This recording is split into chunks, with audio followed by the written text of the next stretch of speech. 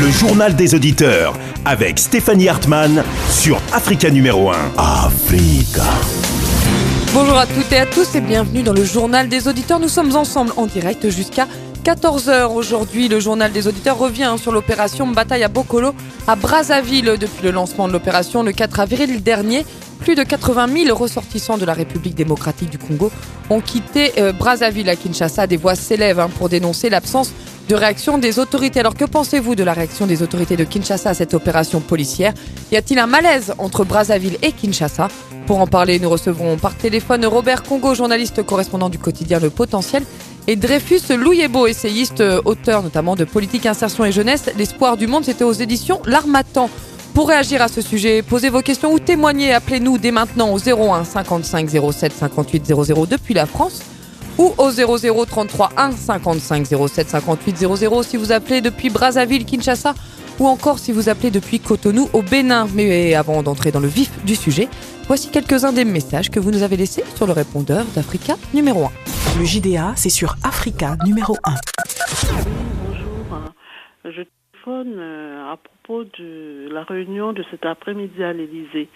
Le plan concocté par le président Hollande, à mon avis, est voué à l'échec parce que y a un agenda secret qui consiste à militariser, à nouveau mettre des soldats français au Cameroun, au sud du lac Tchad. Et ça ne sera pas accepté par la population camerounaise qui s'est battue pendant 2 décennies pour se débarrasser de la France. C'est pas pour avoir à nouveau, sous prétexte de lutte contre la sécurité, des soldats français sur le sol camerounais.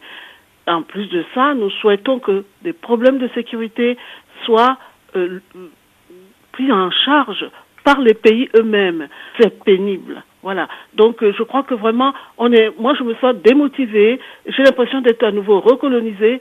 Et ça, c'est insupportable, tout simplement. Voilà. Merci. Au revoir. Bonjour, JDA. Marcel Kodi, Dublin. Je voudrais réagir par rapport à la jeune fille soudanaise chrétienne qui a refusé de réunir sa religion et qu'on aurait condamnée à mort. Oui, je m'insurge en tant qu'activiste de droits de l'homme. Je proteste vraiment contre cette affaire, contre ce jugement, cette justice unilatérale. Mais il est dit que toute personne a droit à la vie, a droit à la religion, à sa religion. Mais laissez la fille. Mobilisons-nous pour faire des actions pour que cette dame de 25 ans, Mariam, soit libérée. Que la Mariam, la soudanaise qui a refusé d'être musulmane, qui dit qu'elle serait chrétienne, qui est arrêtée et condamnée à mort, qui serait pendue tôt ou tard par la justice soudanaise. Nous voulons que nous puissions lutter pour que cette dame sorte de sa prison, de son lieu d'interpellation. Marcel Kodi, à Dublin. Bonjour, chers auditeurs Afrique numéro 1. J'ai appris que le premier ministre malien a pu se rendre à Kidal. Franchement, c'est une fierté. C'est une fierté pour tous les Maliens. Et j'encourage les militaires maliens à persévérer. Parce que vraiment, le MLA, tout le monde comprend que ces gens-là, ils ne veulent pas la paix. Ils ne veulent pas du tout la paix et il n'y a pas d'autre solution que de négocier. Le Mali est indivisible. C'est ça qu'ils doivent comprendre. C'est ça que MLA doit comprendre, que le Mali est indivisible. Si tout le monde se met à prendre des armes, les bobos, les sinaphos pour partager une partie du territoire, il n'y aura plus de Mali. Donc, ils doivent comprendre qu'ils doivent négocier parce qu'il n'y a que la négociation. C'est comme ça qu'il faut persévérer et le Premier ministre a pu se rendre, l'administration est sur place et l'ONU et les Nations Unies, tout le monde savent que maintenant les MLA, de quoi ils sont capables. Et vraiment, MLA doit négocier. Vive le Mali, vive les Maliens et vive la communauté internationale qui sont là pour aider le Mali. Merci beaucoup de votre contribution. Merci, au revoir. Ici Adama, j'appelle à propos du problème du Mali. Je crois que c'est rebelle Touareg. Je crois qu'il n'y a plus de négociations entre nous. Ouais, il faut aller les éliminer, comme ça on serait en paix. Sinon le Nord Mali ne trouvera jamais la paix. Voilà, ce sont des Maliens comme nous, mais ils ne veulent pas négocier, ils ne veulent pas comprendre, ils veulent autre chose. Donc, on doit les montrer autre chose, comme il a dit notre Premier ministre Moussa Mara. Allez, merci beaucoup. Bonne journée à JDA, à tout le monde et à tous les Maliens. Bonjour JDA, bonjour tous les Africains. Bon, je sais pas, nous les Africains, on n'arrête pas de pleurer pour dire voilà, on est souverain, on est indépendant. Je ne comprends pas. Quand j'entends les Maliens vous dire ouais, Mali est souverain, Mali est comme ça, Mali est souverain. Attends, quelqu'un vous donne l'argent pour investir et vous prenez ça pour acheter un avion, après vous venez vous arrêter et ils ont quel droit de vous demander des comptes? Mali est souverain. Quelle souveraineté? Moi je ne comprends pas. Aujourd'hui, ça veut pas au moins plus qu'une semaine. On a élu quelqu'un pour dire ouais, il va arriver Mali dans la misère, il y a la guerre, il y a tout. Et c'est la même personne avec son premier ministre, prend l'argent de la population, prendre l'argent de contribuable, aller acheter avion à 20 milliards. 20 milliards que vous allez mettre dans l'avion. Pourquoi vous mettez un armement pour protéger Mali? Les Africains, vous pleurez trop, arrêtez de pleurer, mettez-vous au travail. Voilà, ce que je vous ai dit, c'est ça. Merci, au revoir. JDA, bonjour. Il est certain que certains Congolais de la RDC ont dû avoir des comportements abusifs vis-à-vis de leur pays d'accueil, le Congo-Brazzaville. Mais c'est la réaction du Congo-Brazzaville que je trouve disproportionnée. On est des frères. Nous, les Africains, nous sommes des frères. Les uns vont chez les autres. Moi, je suis du Gabon. Je sais qu'il y a beaucoup de pays africains qui sont au Gabon. Moi, je trouve qu'ils sont chez eux. Mais nous, les Africains, parce que j'ai entendu les Congolais de Brazzaville se mêler de cette histoire, condamner leurs frères de Congo RDC, je trouve que c'est honteux et c'est scandaleux. C'est entre nous que ça se passe là, et en plus deux pays frères. C'est honteux pour le Congo-Brazzaville. Ça, je le crie haut et fort. Je ne suis pas du tout d'accord en tant que femme africaine. Et je crois que beaucoup des Africaines devaient se lever comme moi parce que l'avenir de l'Afrique sera fait des femmes. Je vous remercie et bonne journée. Oui, bonjour GDA. On parle de Mbaté Mikolo, mais dans un pays, il y a toujours des règles, il y a toujours des lois. La République démocratique du Congo, c'est une république. La République du Congo, c'est une république.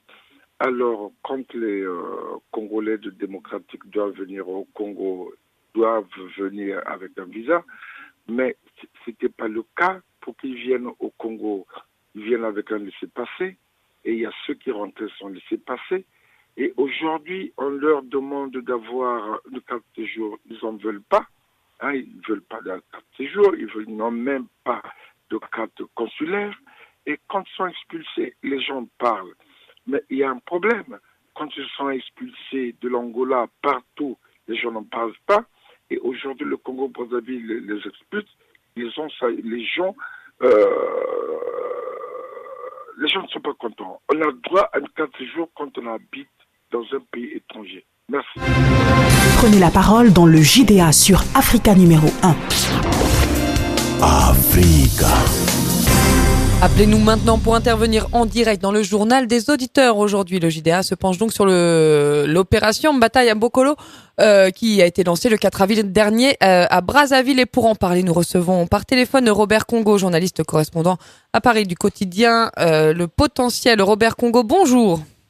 Bonjour Stéphanie. Bonjour à vous. Et nous avons également en ligne Dreyfus Louyebo, qui est essayiste, auteur de Politique, Insertion et Jeunesse dans l'Espoir du Monde. C'est aux éditions L'Harmattan. Dreyfus Louyebo, bonjour.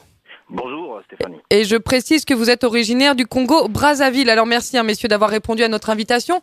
Je le disais, l'opération Bataille à Bokolo a été lancée le 4 avril dernier par les autorités congolaises de Brazzaville. Depuis son lancement, 80 000 Congolais de la RDC ont quitté de gré ou de force Brazzaville, parfois dans des conditions difficiles. Les autorités congolaises justifient cette opération par la nécessité de lutter contre les clandestins et notamment les Koulouna, ces membres de gangs qui sèment la terreur à Brazzaville. Je commence avec vous, Dreyfus Louyebo. Est-ce que cette opération a été faite dans les règles de l'art selon vous? Bon, alors, tout d'abord, je tiens à saluer l'excellence des relations diplomatiques qui existent entre le Congo-Brazzaville et le Congo-Kinshasa. Mais je tiens également à rappeler que la charte des Nations Unies énonce dans son article 2 que l'organisation est fondée sur le principe de l'égalité souveraine de tous ses membres. Ainsi, en ayant ratifié la charte des Nations Unies, le Congo-Brazzaville est donc un pays souverain et indépendant.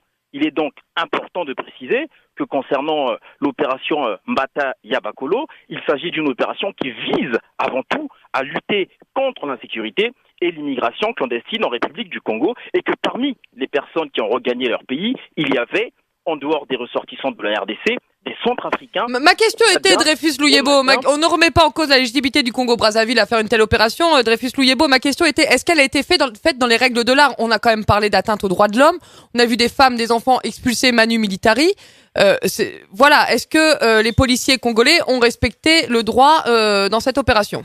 Écoutez, madame, quelles sont vos sources? Nous avons vu effectivement plusieurs images sur Internet être publiées et être divulguées.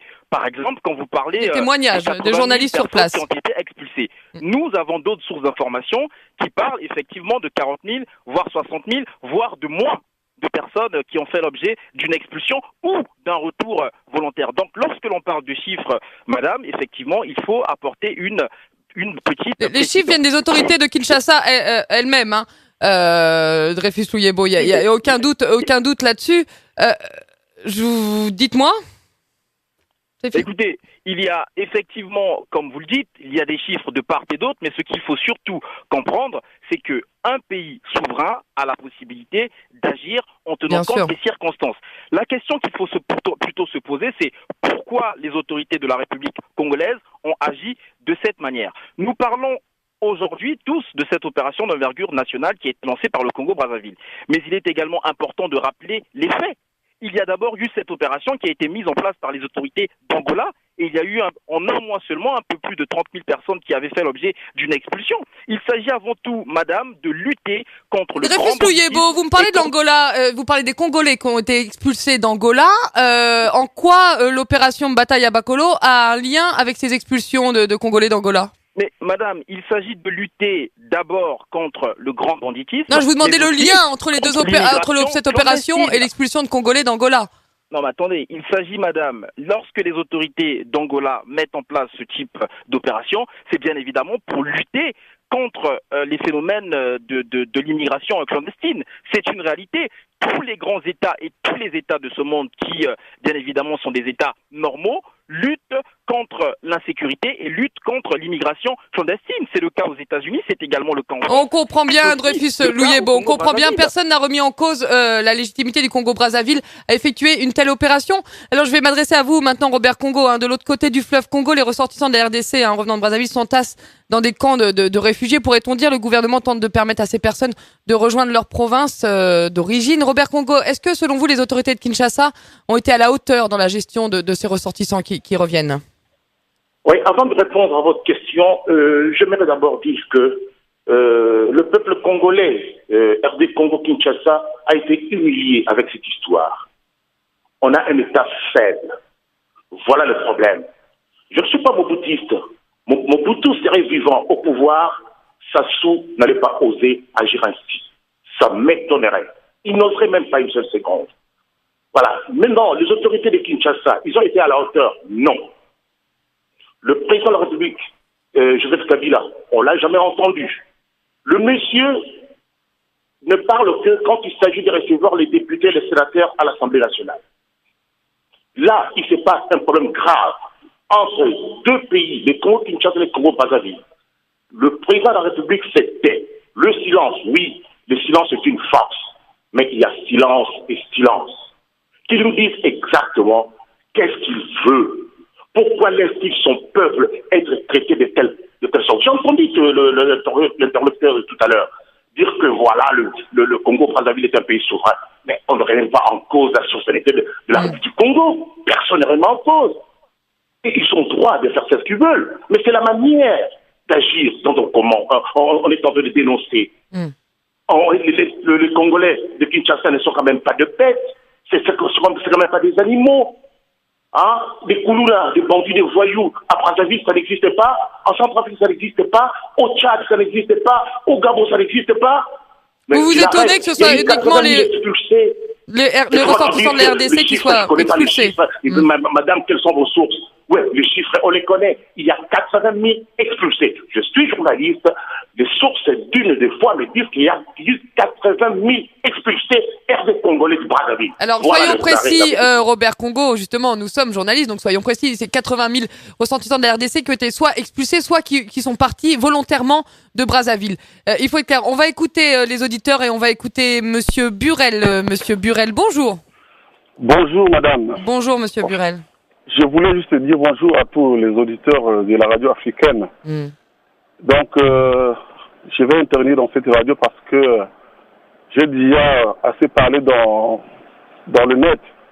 En fait, il faut que le RDC et le RDCN, pour ne pas dire que le Congolais, parce que sinon il y aura la confusion, il faut qu'ils sachent que le Congo-Brazzaville, c'est pas une province de la RDC. C'est un pays souverain comme voilà. Ben donc, je ne sais pas si j'ai combien de minutes ici.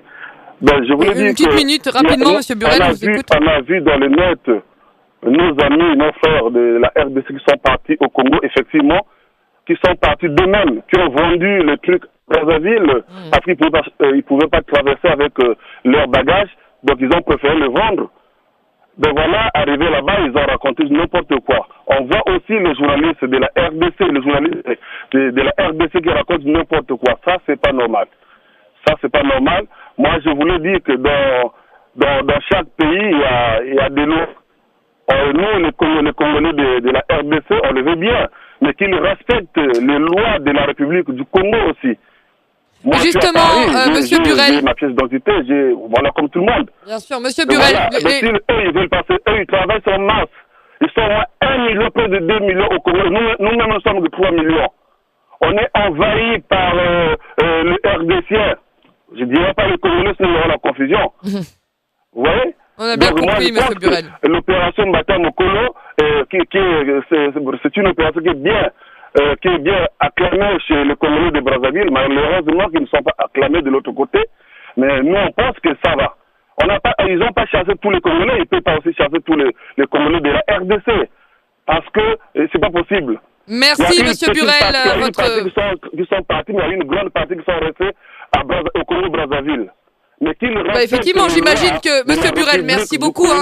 J'imagine que ceux qui sont en règle ont pu rester à Brazzaville. On demandera à Dreyfus Louyebo après, mais on va écouter Tommy d'abord. Tommy, bonjour. Ah oui, bonjour madame. Bonjour Tommy.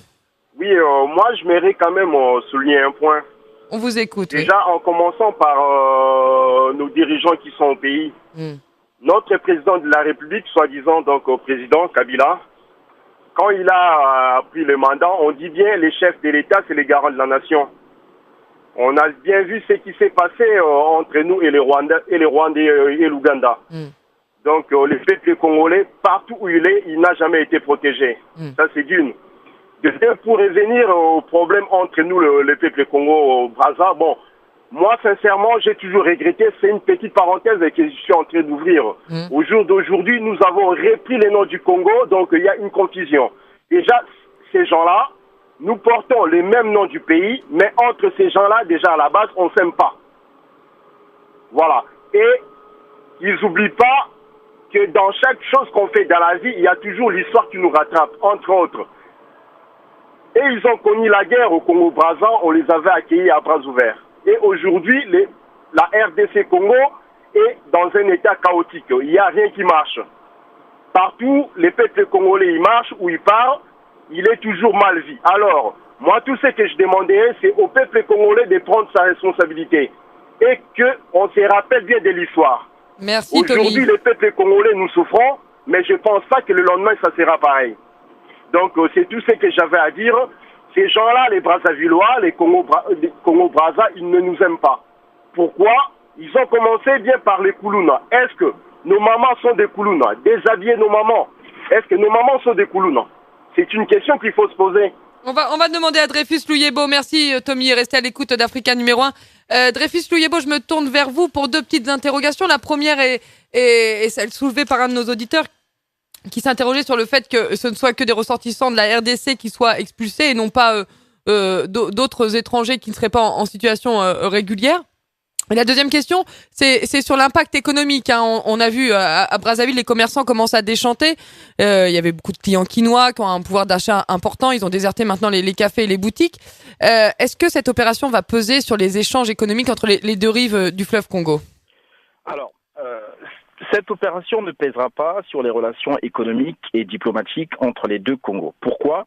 Parce que nous sommes des pays frères. Et d'ailleurs, le rôle d'un journaliste, puisque j'ai entendu Monsieur Robert Congo, qui semble allumer le feu comme certains de ses confrères, le rôle d'un journaliste est de calmer, de diffuser l'information, mais de surtout d'apaiser la situation.